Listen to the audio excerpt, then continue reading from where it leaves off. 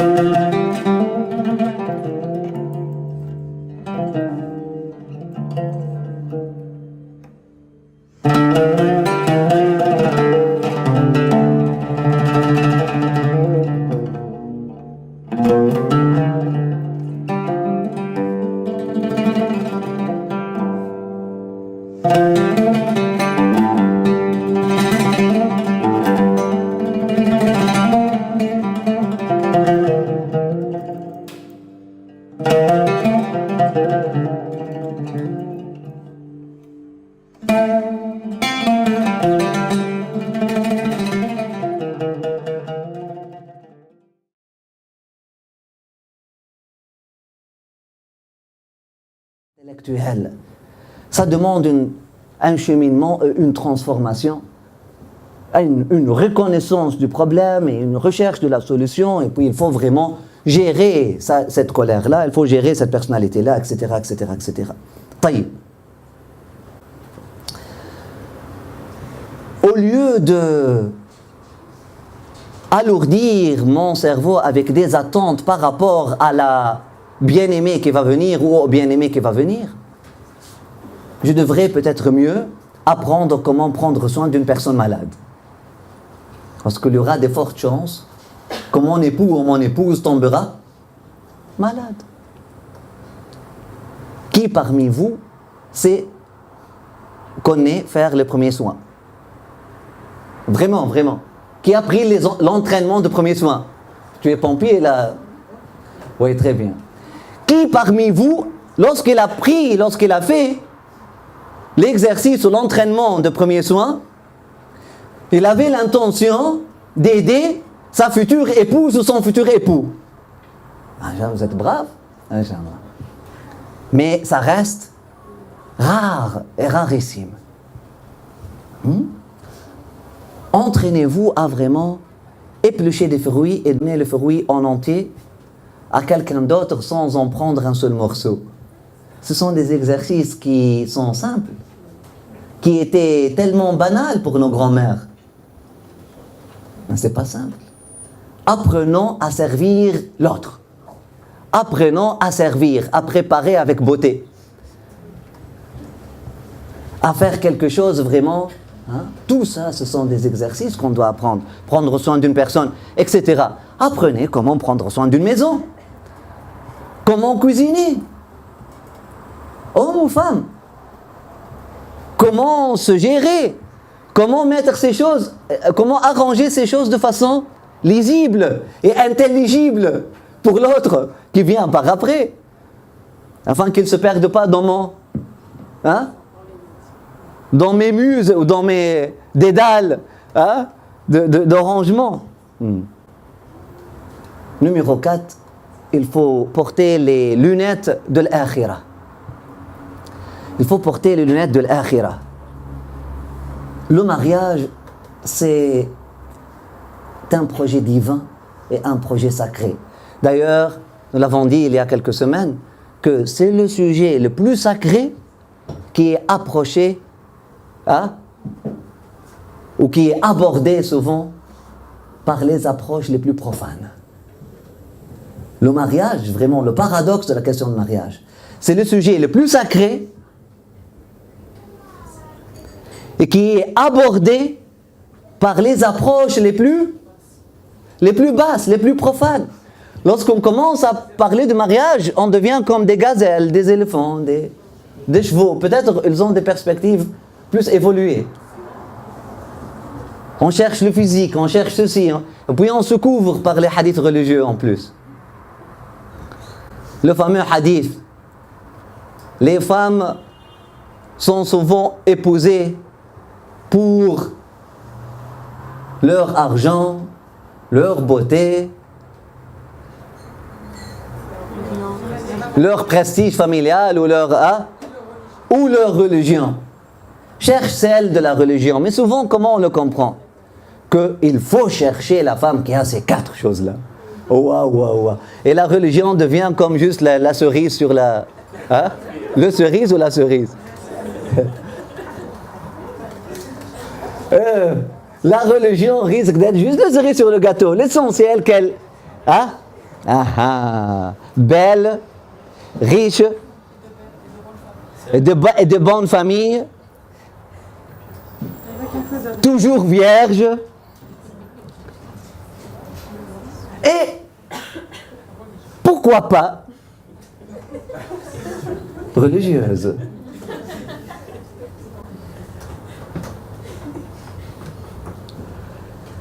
Lorsqu'on parle d'un partenaire qui vient, je connais une femme qui, lorsqu'on lui a fait comprendre avec la pression sociale que vraiment il faut qu'elle se marie, elle a introduit une seule chose dans sa vie. Elle a commencé à prier pour ce futur époux. Et wallahi, je peux vous dire, lorsqu'ils se sont rencontrés après, puis ils ont vraiment par date, elle a dit j'ai fait cette prière-là pour mon futur époux, cette date-là, vraiment, il a senti sa prière. Et ça a fait un changement dans sa vie. Pour lui, c'est pas pour elle. Vraiment. Et je connais la personne. Et puis elle a commencé à se dire, à écrire, parce que sa cheikha lui a dit qu'il faut écrire un journal, etc. Et puis elle s'assoit, elle a dit, Ya Rabbi, puisque tu as destiné mon mari, hein, c'est quelque chose qui est dans le destin, Ya Rabbi, cette personne qui va devenir mon mari, si elle passe par une... Je ne la connais pas. Peut-être elle passe par une dépression maintenant. Ya Rabbi, aide-la. Et puis à chaque fois qu'elle voit un homme qui souffre, peut-être c'est mon projet, mon futur époux, il est en train de souffrir, quelque chose comme ça. Lorsqu'elle a entendu parler du fameux fléau des films pornographiques, etc., elle a commencé, et puis, oh Dieu, protège mon futur époux de ça. Vraiment. C'est une prière dont le prophète sallallahu alayhi wa sallam vous dit qu'elle est acceptée numéro 1. C'est la première prière, hein, agréée. Lorsque tu pries pour quelqu'un, tu ne l'as pas rencontré encore. Hein? Comme la prière de Sayyidina Ibrahim alayhi salam. Il a prié pour des générations futures. La terre était désertée. Il n'y avait personne. Et puis il demande, Ya Rabbi, ij'al hadha al-balada aminan, et puis warzuq ahla min donne-leur les fruits, etc., etc., etc. Vraiment, si nous sommes des croyants et des croyantes, pour du vrai là, et on sait que tout a été planifié par Allah subhanahu wa ta'ala, et effectivement, il y a une fille qui est là, peut-être vous ne la connaissez pas, qui va finir par être votre épouse.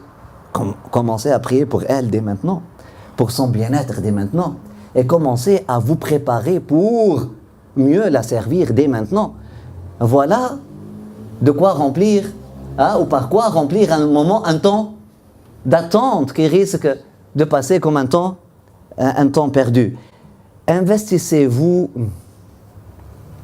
dans des projets, numéro 5, investissez-vous tant que vous êtes célibataire dans des projets qui risquent de devenir très très pénibles, hein, à gérer le jour où vous êtes marié. Investissez-vous dans la charité. Dans l'histoire de Sayyidina Moussa, il s'est investi alayhi salam dans 2 choses. Afin d'arriver, il y a un cheminement vers le mariage, si vous vous rappelez de la première conférence. Charité et chasteté. Il s'est investi dans la charité, il s'est investi dans la chasteté afin de trouver ça. Et là, il était prêt parce qu'il a préservé sa chasteté, il a cultivé sa chasteté. Je ne dirais pas il a préservé sa chasteté, il a cultivé sa chasteté, il a cultivé sa charité. Parce que la chasteté, ce n'est pas un état par défaut. La chasteté, c'est quelque chose qui se... Il a développé sa chasteté, alayhi salam. Il a développé ses qualités de charité. Et là, lorsqu'il était prêt, regardez l'acte de chevalerie qu'il a fait avec les filles, etc. Et là, vraiment, elle est venue pour lui. deux choses qu'il faut cultiver. La charité. Investissez-vous dans des actions charitables. Ils sont où les musulmans qui veulent devenir des médecins sans frontières? Ils sont où les avocats musulmans qui veulent prendre des causes internationales ou locales? Vraiment, c'est le moment. C'est le moment. Vous voulez l'activisme, c'est le moment du vrai activisme, du beau activisme. Un vrai activisme, un beau activisme. Ils sont où les jeunes musulmanes et les jeunes musulmans qui risquent, qui prennent des risques vraiment pour dire la parole de vérité devant les autorités, avec politesse, sans drame, sans exagération, mais avec politesse. Vraiment, c'est le temps. C'est le moment de le faire avant de... Le prophète sallallahu alayhi wa sallam, il a dit à un célibataire, il y avait une personne célibataire devant lui. Je pense que c'était Abu Huraira avant de se marier. Et puis Abu Huraira, radiyallahu anhu, se voyait toujours, il voulait se marier. Puis il venait, le prophète sallallahu alayhi wa sallam voulait se marier, etc. Et un jour, le prophète sallallahu alayhi wa sallam a pris le Hassan ou le Hussein dans ses bras. Et puis il a vu dans le regard de Abu Huraira ce souhait ou ce désir de devenir un père et un grand-père ou quelque chose comme ça aussi. Il lui a dit, Ya Abu Huraira, Wallahi, innahum la majbana wa maksala wa mahzana wa mashghalatun an dhikrillah. Une autre perspective. C'est pas une perspective négative. C'est pas afin de commencer à voir le mariage comme quelque chose de négatif, non, mais pour balancer. Il a dit, Ya Abu Huraira, n'attendez pas le mariage avec, ou devenir un père avec tant de naïveté. Ya Abu Huraira, je prends Allah pour témoin que ces enfants que vous voyez, que les enfants sont une cause de paresse, de tristesse, de difficulté et de cowardice, et de lâcheté. Parce que là, tu ne vas pas sortir pour le djihad comme ça. Tu vas dire, oh, j'ai des enfants, il faut que je protège ma famille. Il faut que... Subhanallah. Une perspective. Tant que vous n'avez pas ça dans votre vie, investissez-vous dans la charité, tout en cultivant votre charité. Parce que si vous êtes une personne charitable, il n'y a pas quelqu'un qui travaille dans une charité. Et j'ouvre un autre sujet. Vous êtes ici au Café Floraison. C'est un projet charitable, c'est un projet de charité, à but non lucratif. On vous appelle tous et toutes à devenir des bénévoles. Mais ce n'est pas pour donner quelque chose, mais c'est pour cultiver la charité en vous-même. Cultiver la charité. Une personne charitable est une personne charitable. C'est ça le projet qu'on veut. On ne bâtit pas une charité avec des personnes charitables. Non.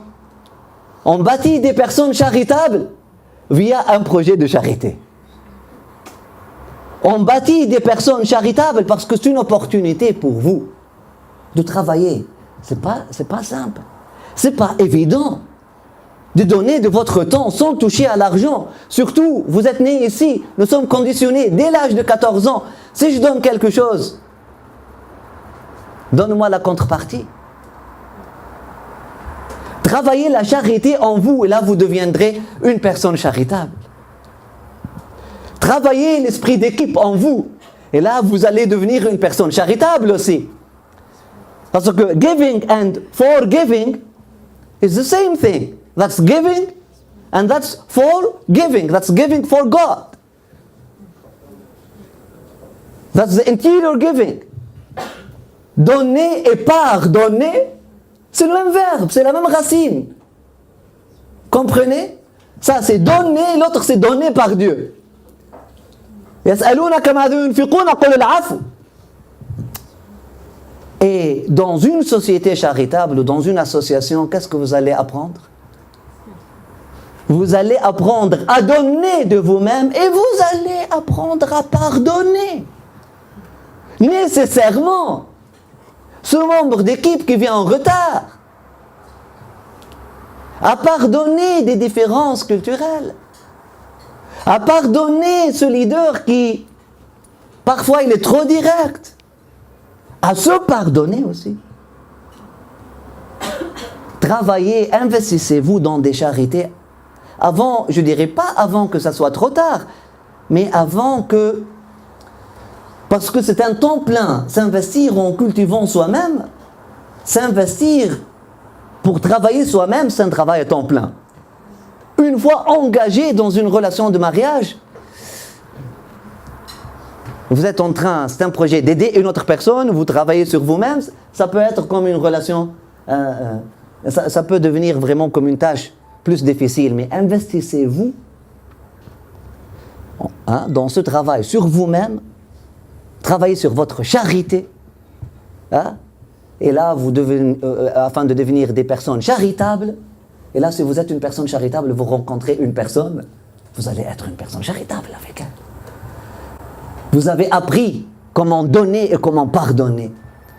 Vous n'allez pas vouloir à votre époux parce qu'il vous a donné une claque lorsqu'il était en colère. Aïwa, c'est un tabou. C'est un tabou. C'est un tabou. Nos mamans ont su pardonner ça et n'étaient pas des femmes soumises.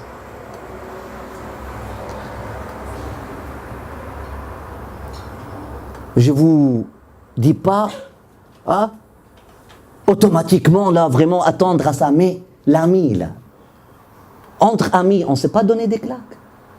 Je t'ai pas donné des claques encore. Entre amis, on ne sait pas, parfois on perd patience, on commence, après ça, on fait quoi? Après ça, on se pardonne. Pourquoi la relation de mariage devient autre?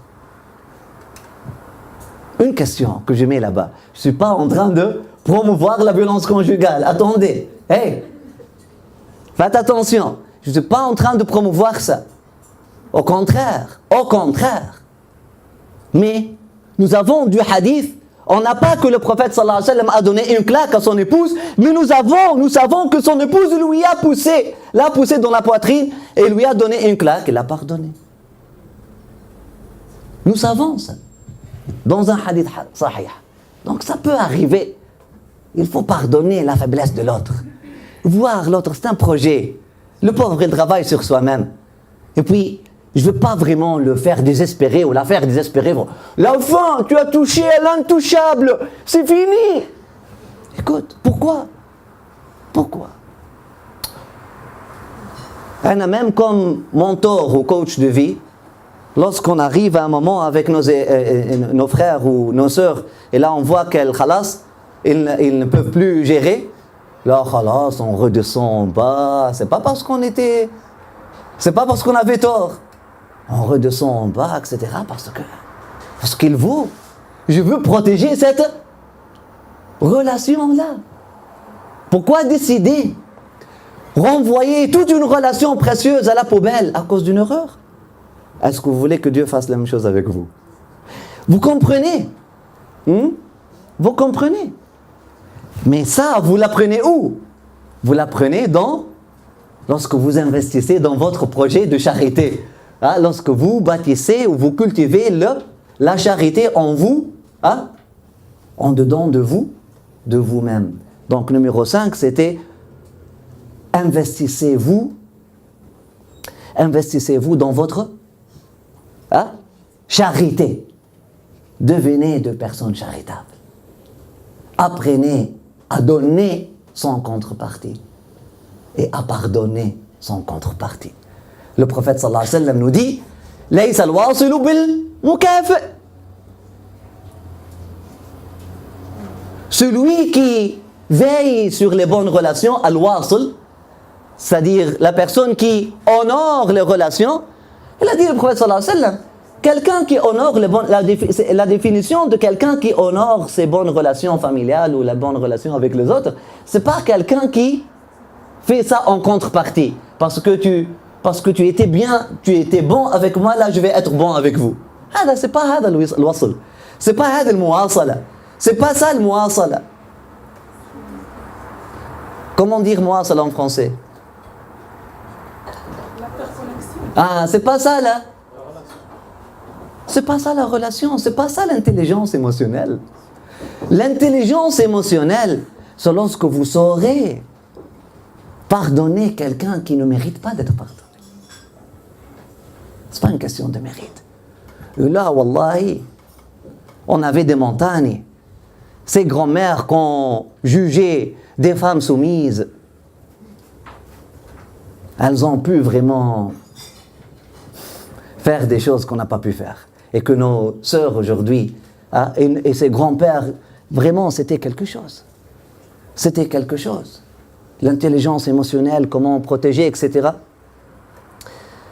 Je ne m'adresse pas exclusivement aux sœurs, je m'adresse aux sœurs et aux frères. Il faut bâtir cette chevalerie, cette chasteté en vous. Cette charité, excusez-moi. Numéro 6, investissez-vous dans une relation authentique avec Dieu.